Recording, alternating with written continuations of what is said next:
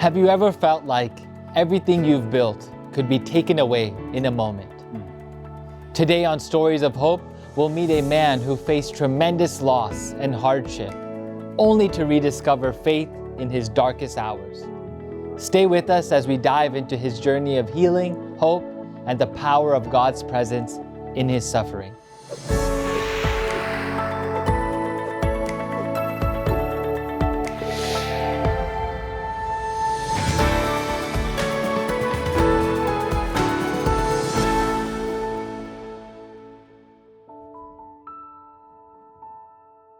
Welcome to Stories of Hope. Today we're sharing the story of a man who, like many of us, found himself asking, "Where is God in the middle of my pain?" I really want to ask this question to you all because I know it's a really tough question to answer, right? And it's something I think we've all struggled with, many struggle with. Where is God in the middle of pain? Yeah, I think when we're going through pain, we just want answers, right? Why am I hurting this way? Why did this person hurt me this way? And a variation of the question you ask that I hear often is, why do bad things happen to good people? Huya, as a pastor, what are your thoughts on that? You know, this is one of the most difficult questions that we face as human beings. Because on one hand, when we say God, God is all-powerful and He is supposed to be all-loving. And so when we experience bad things in our lives, especially when bad things happen to good people, as you say, it's not in alignment with what we would expect from a loving and all-powerful God. It's a difficult question, first of all. But the short answer to this difficult question is that when we look at the Bible presents to us at least a framework to look at this through. And the framework is that according to God's plan, suffering was never a part of it, right? He never intended any of us, any human beings, any of His creatures to experience any pain. So first of all, God doesn't create pain. But according to the story that the Bible presents to us, suffering came into this universe as a result of disobedience from God. And we happen to live in the world, the planet, that rebelled against God's government. So as a result of that rebellion from God, we are suffering pain and all this hurt, in our lives. But the good news is, as we look at the whole story of the Bible, that God doesn't leave us behind in our suffering and our pain, that He has a plan to restore everything back to the way He intended it to be. Right? So that's sort of like a big picture view for this very difficult question, Felipe, And I feel like in the midst of pain and suffering, sometimes it's hard for you to know what's going on. You may find yourself like in rock bottom, right? There's no words that can really relieve you from a pain or anything that you're feeling. Like if you experience a loss, there's nothing anybody can say that will bring the person back or that will make you feel like better at the moment, but just knowing that God is there with you. It's something that, it's really comforting. I remember one song when I lost my grandma, who was really dear to me. And I try not to get emotional, but it really helped me with that moment because you get vulnerable. Take a moment, but, I'll get through it. Thank you. So you get vulnerable, but at the same time, it's comforting when you hear the words. And I want to read part of the lyrics here that's really comforting. And I'll read to the viewer at home because you might also be experiencing some pain right now. And the comfort is that it's temporary. And listen to these words, and I hope it brings you the same comfort that it brought me. It says that when I cry, you, Lord, you cry. When I hurt, you hurt. When I've lost someone, it takes a piece of you too. When I fall on my face, you fill me with grace. Because nothing breaks your heart when I cry.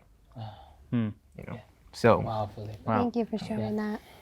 I also want to talk to you at home.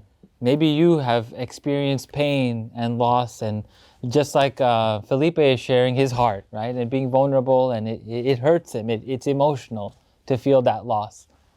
Share it with us in the comments. We leave something there that says, I'm feeling pain right now. I need prayer. I want to connect. it's not that you're just sharing to share. Share it because we want to connect with you. We want to pray for you. We want to talk to you. You're not alone. So in experiencing this pain, it's okay. We're here for you. And we want to be there for you because you are a part of our family. I would say even in my situation, when I've been through a lot of loss, a lot of grief in my life, probably more than I should have. But in that loss, I also felt many times, where is God, right? Where is God in the middle of this? How did He allow this? But as I'm grieving, I realize it's okay to grieve. Actually, the Lord wants us to grieve. It's not something that we need to just pretend that, oh yeah, we shouldn't be. No, go through it. You're a human, you have emotions, grieve. And in your grieving, I'm grieving with you. Yeah. And that's something really, like we say that, but when you're in it, you really feel it. It's comforting to know. It's not like this is what plan that God had for you. Yes. But He knows that you're going through it, and I haven't left you through it. Even when you think I'm away from you, I'm actually holding you. I'm grieving with you. I'm crying with you, and we're going to get through it together. So that's what I hold on to in those moments. Yes. Puya, I know you have more to share with us from the Bible, and we'd love to hear what that is, Puya.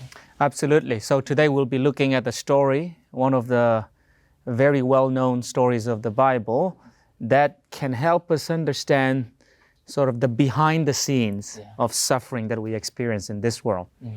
Dear friend, thank you once again for joining us today on Stories of Hope. We're going to look at the story of Job from the Bible. So I want to invite you to study this story with us because there's so much practical lessons that we can take away from this story for your suffering, for my suffering in this life.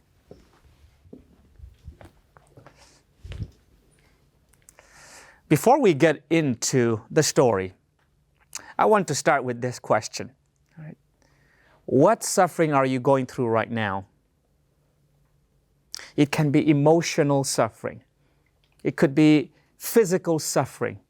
Maybe it's mental health issues. Maybe it's relationship issues.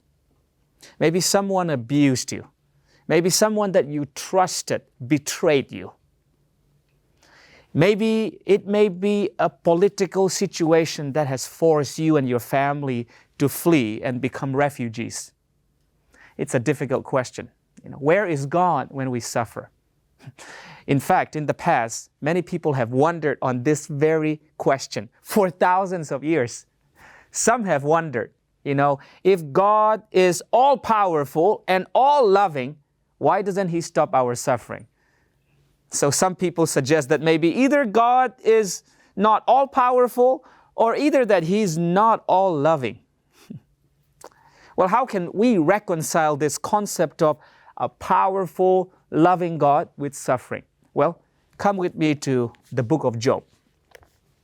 Here in this book of Job, in the Old Testament, we find a very interesting story. Job was a man of great faith. He believed in God. Just like the question Hannah raised earlier, why does bad things happen to good people? Job was one of those good people. He believed in God. He had a great faith. And he had a great wealth and a great family. He prayed every single day. But guess what? According to the story, one day, suddenly, he lost everything. He lost his children, he lost his health, his wealth, and it left him in deep suffering and confusion. Of course, as the reader of the story, we get to see the behind the scene that Job did not get to see.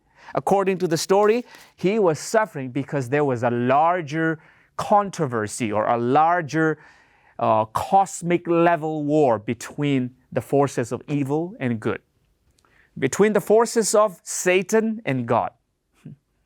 God allowed Satan to test Job's faith, but Job never cursed God, though he struggled to understand his pain and he questioned God's presence in his suffering. One of my favorite preachers once said, all of our suffering in this world, one day, it will be like a very terrible, bad experience of one night in a bad hotel. Wow. We're going to forget about it someday. Maybe not today. Maybe you're going through today. I don't know where you're watching from today, my dear friend. But hold on to God. Don't give up, because the promise is sure that God is going to come again. Jesus is going to come again, and He gave us that hope. Hope beyond this world. Hope beyond your suffering today. Hope beyond my suffering today. And if you are wondering, where can I find more resources to grow my faith in the middle of my suffering? I want to invite you to visit us at hope.study. We have many practical Bible study resources. Especially when it comes to the topic of suffering, we even have a Bible study guide specifically on the topic of suffering. So visit us at hope.study. Finally, no matter what our suffering is, it's not because God doesn't love us. Even if you're suffering, it's not that God has forsaken you, my dear friend. God loves you. In the middle of your suffering, He suffers alongside you, and He promised you that one day He is going to restore everything, and there will be a time where there will be no more suffering and no more pain. I can't wait for that day. What about you, Jitesh? Yes, I am longing for that day, Puya, and we're excited and waiting when all this is going to fade away, right? That's and right. We'll enjoy the presence of the Lord. Amen. Don't go anywhere. When we return, we'll share the inspiring testimony of a man who experienced his own journey of suffering and restoration.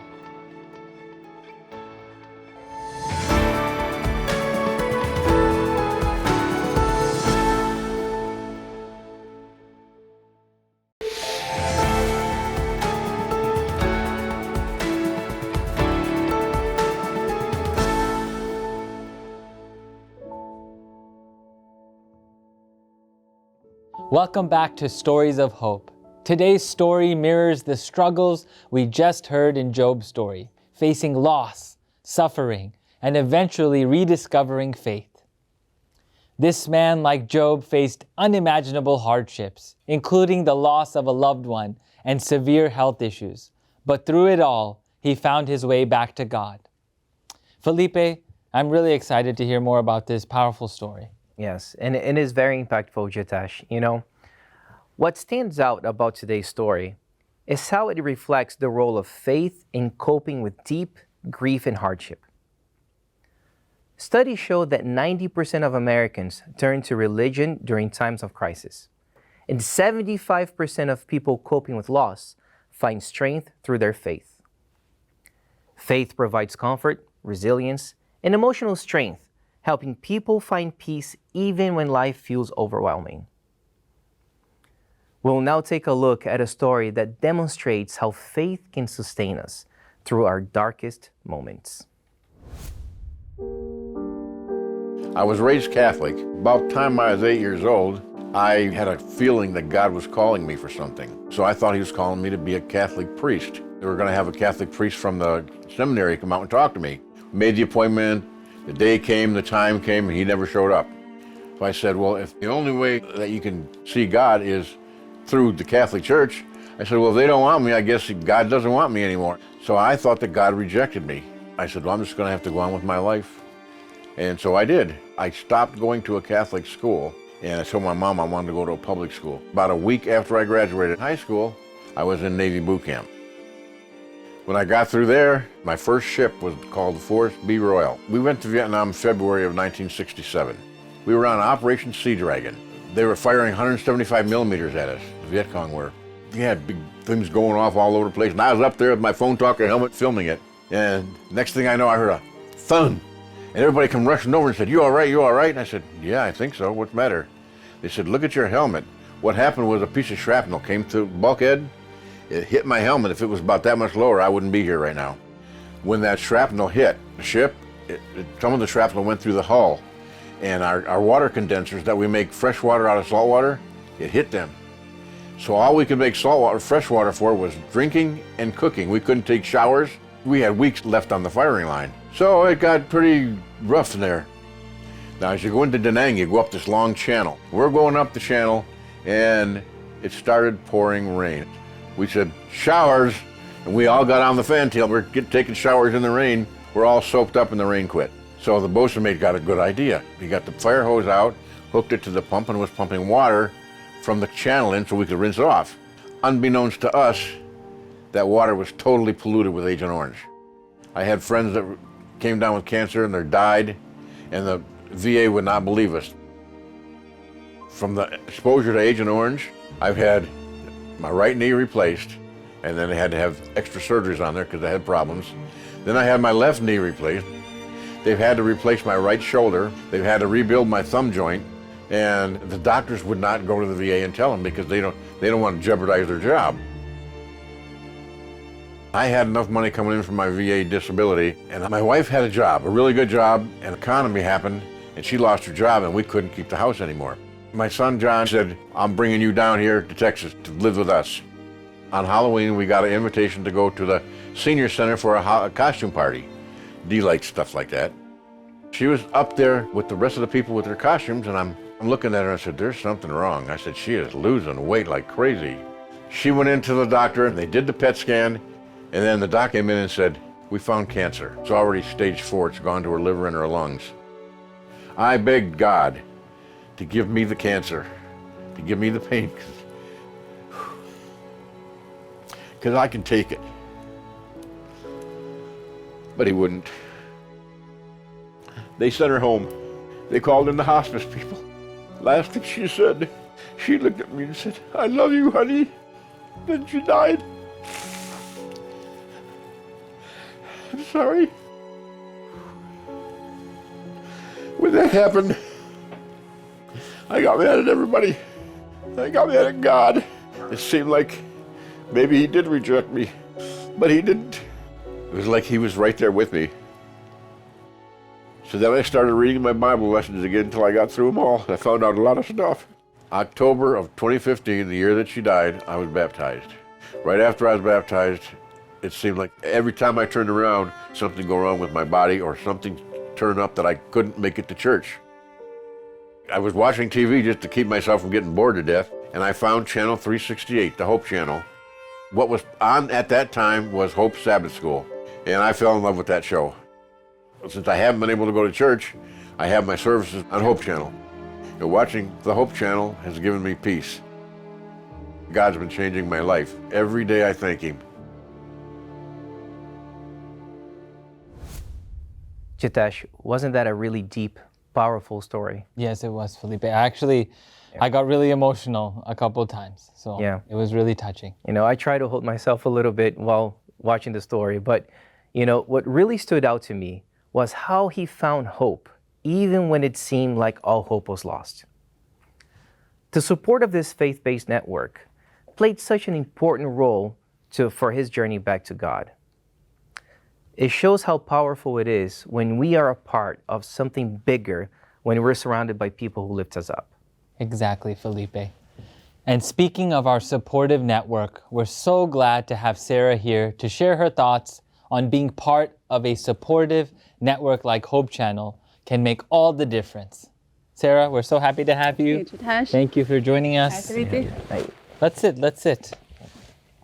Sarah, and I know you always have a wonderful message for our viewers. Yes. Yes. So if you would like to share, please. Yes. Thank you, Jitesh.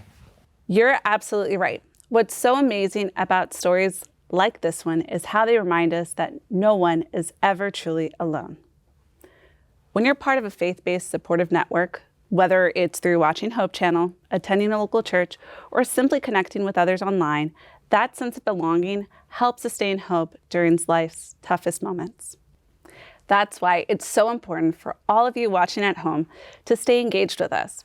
By sharing these stories or by supporting Hope Channel, you're not just helping one person, you're creating a ripple effect of hope that reaches far beyond what you can see. Absolutely, Sarah. And to everyone watching at home, this is where you come in. We've been sharing these stories, but we want to hear from you. Leave a comment, share your thoughts, or just let us know how Stories of Hope is making an impact in your life. Your feedback matters. It's how we build this supportive network together. And if you're watching this on YouTube, hit that subscribe button and leave a comment below. We can't wait to hear from you.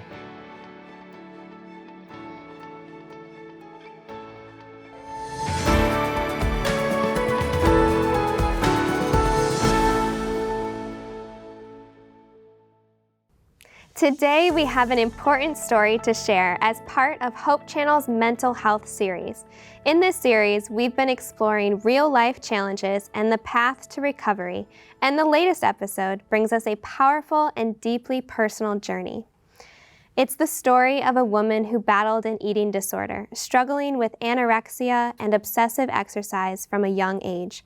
Her story takes us through the darkest moments of her illness and into her eventual path toward healing and recovery.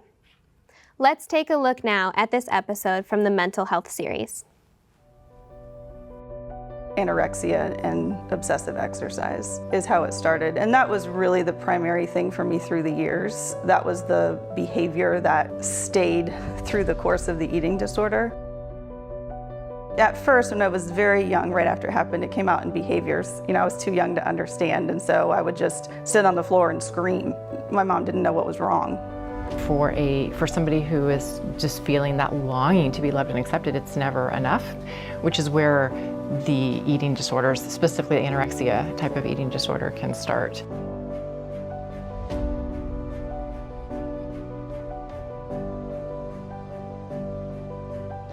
Without hope, there's no reason to try. Hope gives us a purpose. And I was like, God, if you really are who you say you are, I need you to show up, and I'm going to go to this church that's like thousands of people. No one knows who I am. I'm going to sit in the back row, and if you're who you say you are, then do something.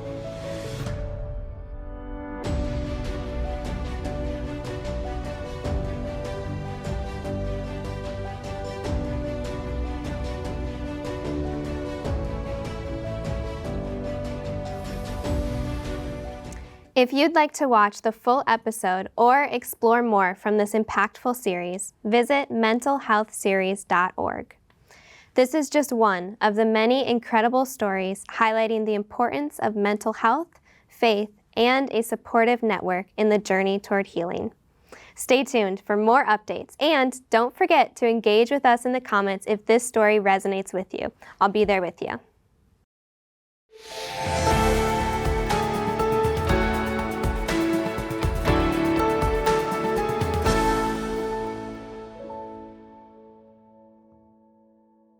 Welcome back to Stories of Hope. Today's story reminds us that faith can be renewed even in the hardest of times. We're here with Puya, who has been part of Hope Sabbath School, a program that has touched many lives, including Ralph. Puya, thank you for joining us and for sharing the Hope Sabbath School side, right, of you that we love to see and hear. Thank I you. have some questions I would love to ask you. Okay. And let's start with the first one. Puya, in the context of today's story, how do you see the role of Hope Sabbath School in helping people who may feel abandoned or distant from God find their way back? Wow, that's a good question, because that's what Hope Sabbath School is all about, bringing hope to people. Okay. For those who haven't heard of Hope Sabbath School, I would recommend them to just Google it or go to YouTube. Just type Hope Sabbath School. We have a weekly discussion on the Bible, and we call it an in-depth interactive study of the Word of God. Wow. So it's designed exactly for that purpose, to help people find hope in their journey through the Bible, through their lives. We discuss many topics every single week. Wow. We need to check out Hope Sabbath School. That's right. Wonderful. Another question I'd love to ask you, as someone who teaches, right, because you're not only on Hope Sabbath School, but you actually teach lessons as well. As you teach on Hope Sabbath School, what is one of the most powerful stories you've heard from viewers who have experienced a transformation, from being a part of Hope Sabbath School? Wow, we have many stories. We, in fact, receive many letters on a regular basis of people who share their testimonies with us. Ralph, the story we just watched today, is one of them, right? And one other powerful story I have heard about how Hope Sabbath School has helped someone is about a pastor named Ross from Australia. Previously, he was into drugs, and he was addicted to drugs, and he was living in the street, and he was away from his family.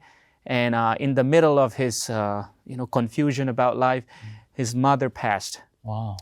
At the funeral of his mother, he met someone who kind of invited him again to rethink about life. Yeah. Long story short, somehow somebody suggested to him, sent him a link of Hope Sabbath School. Wow.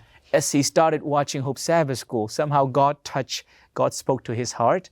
And he found it really helpful because Hope Sabbath School is not a sermon, Yeah. It's an interactive discussion. So he felt that it was something he could study along with.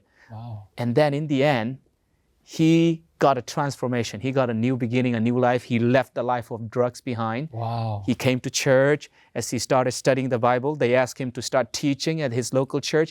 Eventually, he went back to school to study the Bible more. Wow. Now he's a pastor. Oh my goodness. Well, that's amazing. I have one more question for you, okay? For someone watching today who may feel like they're in the midst of their own personal storm, what message of hope would you share with them? That's a great question. I would say whoever that person is, I would encourage that person not to give up, to hold on. You know, even if it seems like everything is being shaken and you don't have any more hope, there's light at the end of the tunnel. Yeah. And we can know that because when we read the Bible, we see that God has promises time and time again that He's going to resolve this problem of sin and suffering. Wow. So no matter what suffering we may be in, the promise that we can hold on to is that God is going to resolve that. So I would encourage that person not to give up. Yes, maybe let me speak to our viewer at home. Please. Whatever suffering you may find yourself right now, I want to encourage you once again, don't give up, my dear friend. Don't ever, ever give up. It's not the end yet. There's hope at the end of the tunnel because God has given us His promise. And God has a good record of keeping His promises. If God has always kept His promises in the past, He will sure keep His promise that one day all of these suffering will end. So hold on, my dear friend. Have hope in Jesus. As Hannah said, right, I won't forget it. Right. Hope means hold on. Pain ends. Yes. That's right. Today's episode has shown us that no matter how dark our circumstances may seem, God never abandons us. Through the story of Job and Ralph's journey, we're reminded that suffering is not the end of the story. That's right. God's restoration is always within reach. If you've been inspired and want to help us continue spreading hope, please consider supporting Hope Channel's mission. By scanning the QR code on your screen, you can join us in planting seeds of faith in people's lives all over the world. Thank you for being part of this mission, and thank you for being a part of the family of Stories of Hope. And we'll see you next time. Thank you.